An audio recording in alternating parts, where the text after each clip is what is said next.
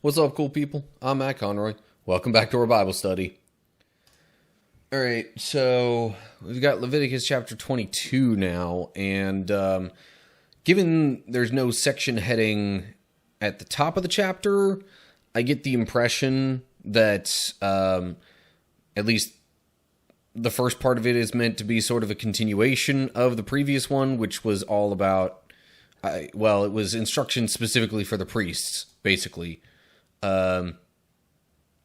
So, with that in mind, I suppose let's get this thing started. Leviticus 22. The Lord said to Moses, "Tell Aaron and his sons to be very careful with the sacred gifts that the Israelites set apart for me, so they do not bring shame on my holy name. I am the Lord. Give them the following instructions. In all future generations, if any of your descendants is ceremonially unclean when he approaches the sacred offerings the people of Israel consecrate to the Lord, he must be cut off from my presence. I am the Lord." Okay, so because the gifts of the people, like their offerings and whatnot, were supposed to go to God, if the priests, who would normally be the ones,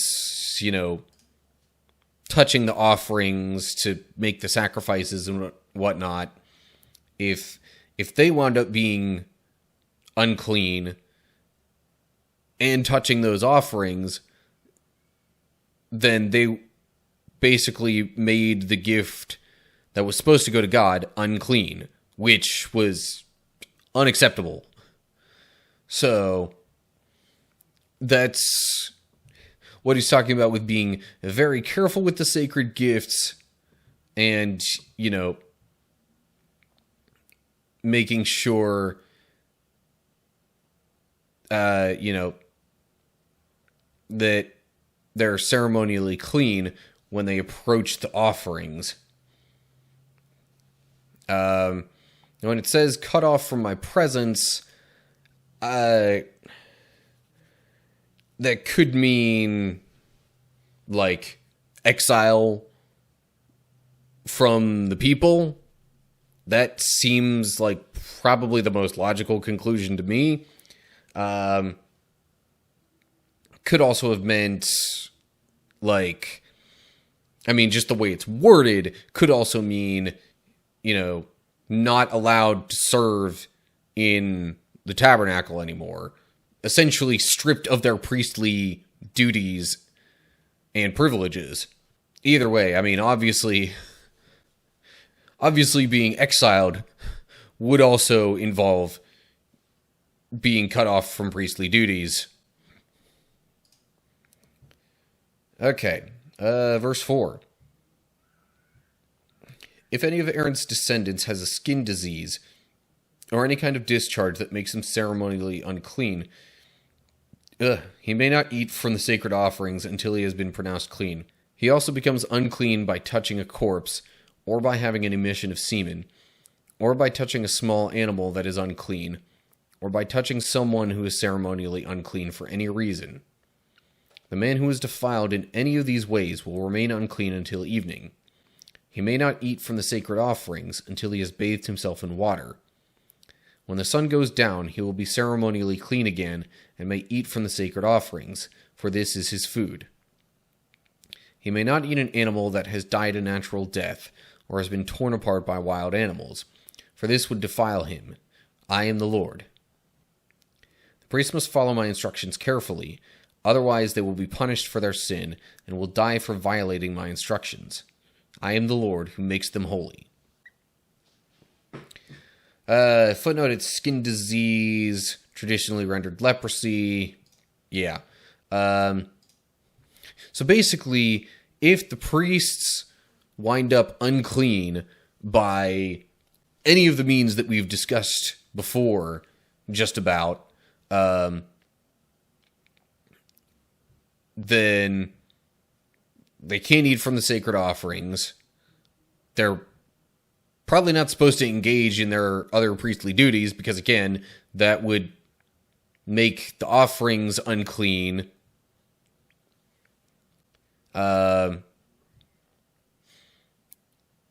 So basically, if the priests became unclean in this way, they would have to wait the rest of the day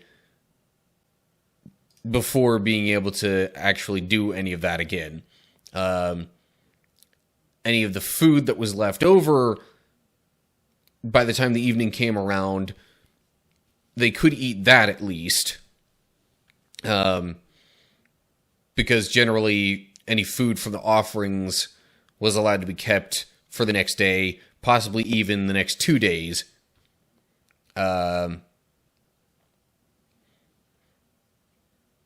But they definitely would not get first dibs, so to speak, on any of that. So, and it just says that they will die. It doesn't specifically say, like, they need to be stoned by the people or, any sort of thing like that. I mean, it could very well end up being another situation like we had with Aaron's two sons, Nadab and Abihu, where God himself just, like, brings fire upon them and kills them that way, or something similar. Anyway, moving on to verse 10. No one outside a priest's family may eat the sacred offerings. Even guests and hired workers in a priest's home are not allowed to eat them. However, if the priest buys a slave for himself, the slave may eat from the sacred offerings. And if his slaves have children, they also may share his food. If a priest's daughter marries someone outside the priestly family, she may no longer eat the sacred offerings. But if she becomes a widow or is divorced and has no children to support her, and she returns to live in her father's home as in her youth, she may eat her father's food again. Otherwise, no one outside a priest's family may eat the sacred offerings. Any such person who eats the sacred offerings without realizing it must pay the priest for the amount eaten, plus an additional 20%. The priest must not let the Israelites defile the sacred offerings brought to the Lord by allowing unauthorized people to eat them.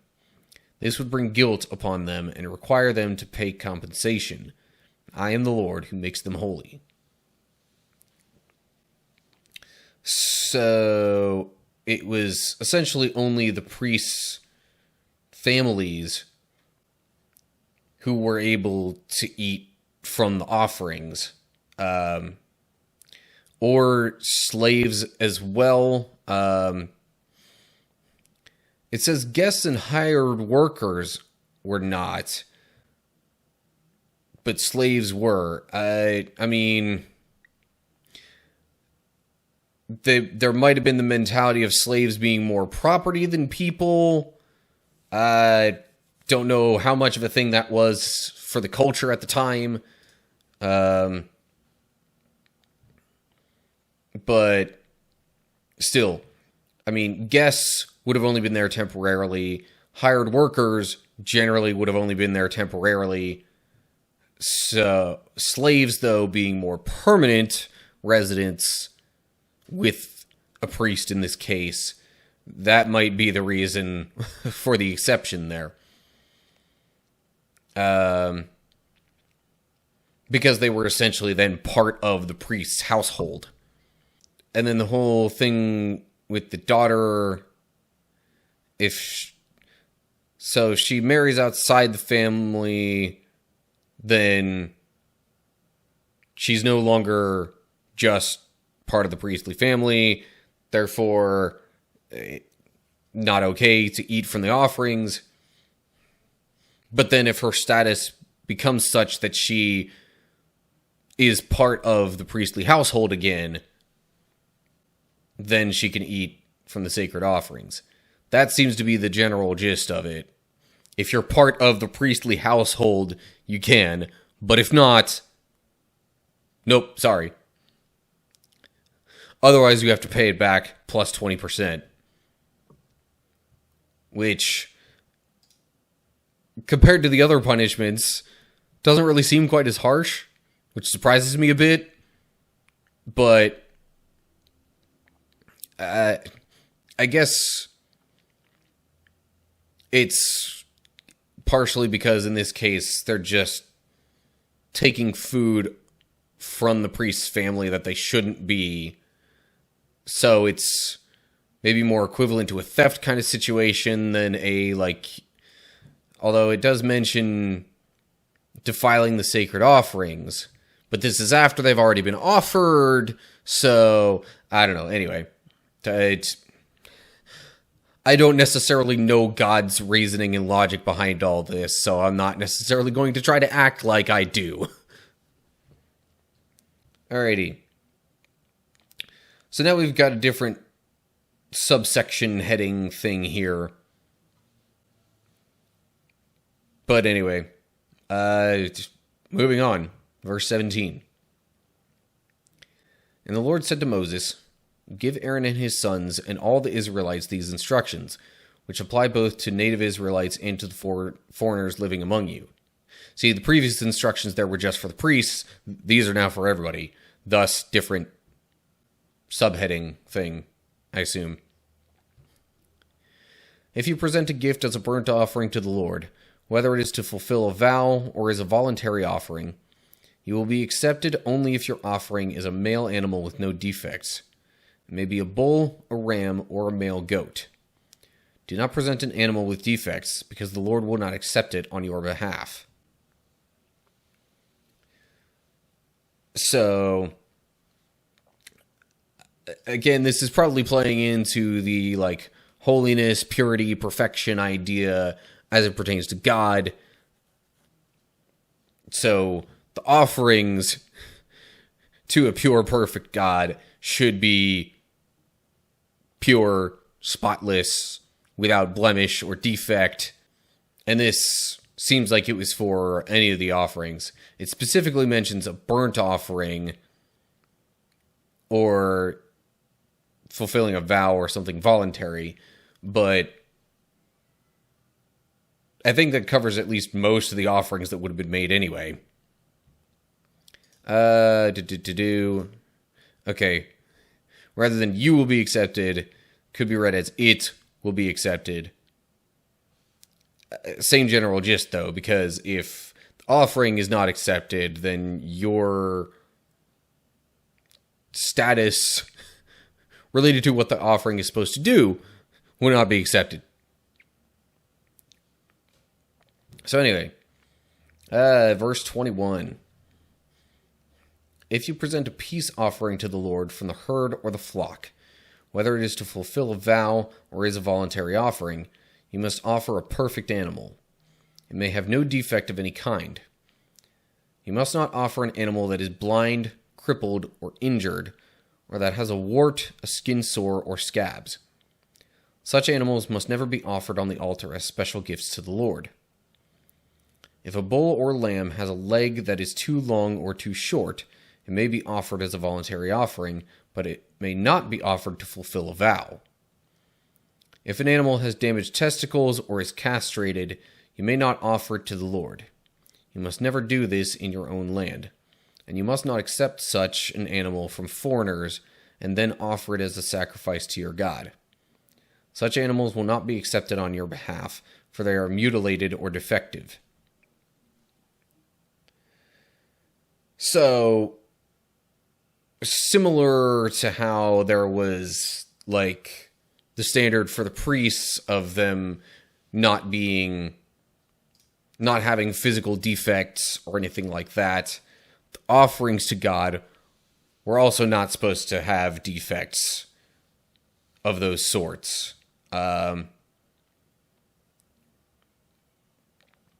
guess the difference in leg length or anything like that is kind of a less obvious, well, maybe not obvious, but maybe a less detrimental defect to their function and or their cleanliness. So that probably explains the little caveat related to that. But still, otherwise, like, again, perfect God, perfect offerings. So, hold up. Footnote there. Bull could have been rendered cow. But, anyway, cattle or lamb.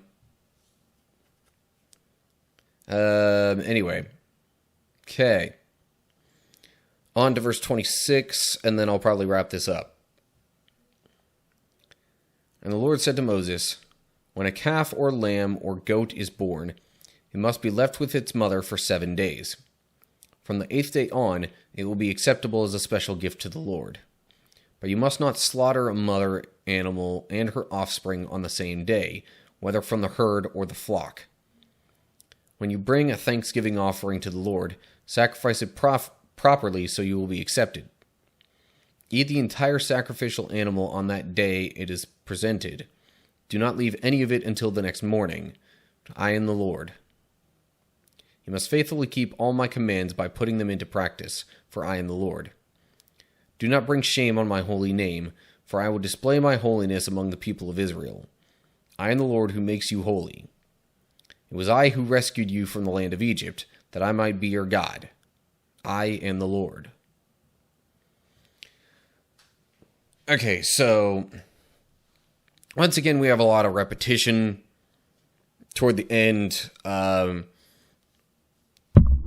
In part, probably meant to just A, hammer in the point, B, as part of that, be easier to remember for God's people, because this most likely would have just been dictated to them. They would not have been reading this at any given moment, like we do with the Bible nowadays. So, yeah. Also, I mean, the title of Lord, especially in this context, had, particular meaning to it, especially with regards to, like, being their almost, like, ultimate source, you might say. I'm not trying to, like, air quote that, meaning, like, it's not true.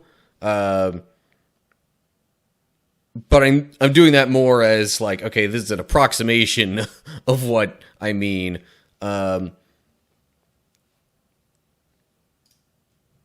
So, like, essentially it was to drive home the point that, like, he is their Lord, ruler, sustainer, provider. God is everything to these people. Thus, the reason that point keeps getting brought up. So, calf or lamb has to be left for 7 days. I guess that somewhat reflects, the 7 days for human birth as well, before other things start happening. Man, I keep... Yeah, a lot of this is just driving home previous points, other than the whole leaving a newborn with its mother for 7 days. Because, at least a little bit of time in there is significant for, some sort of growth, development, and so I know there were a number of the offering stipulations that mentioned an animal being only a certain number of years old. Possibly in some cases even just 1 year old. But I guess this would apply more so for the ones that don't have that stipulation, because if it had to be at least a year, obviously you gotta wait more than 7 days for it to be over a year old. But still, I think it's more so meant to reflect, again, like the human, well, even just like the whole 7 days for creation and then rest. Just that as like a standard kind of waiting period.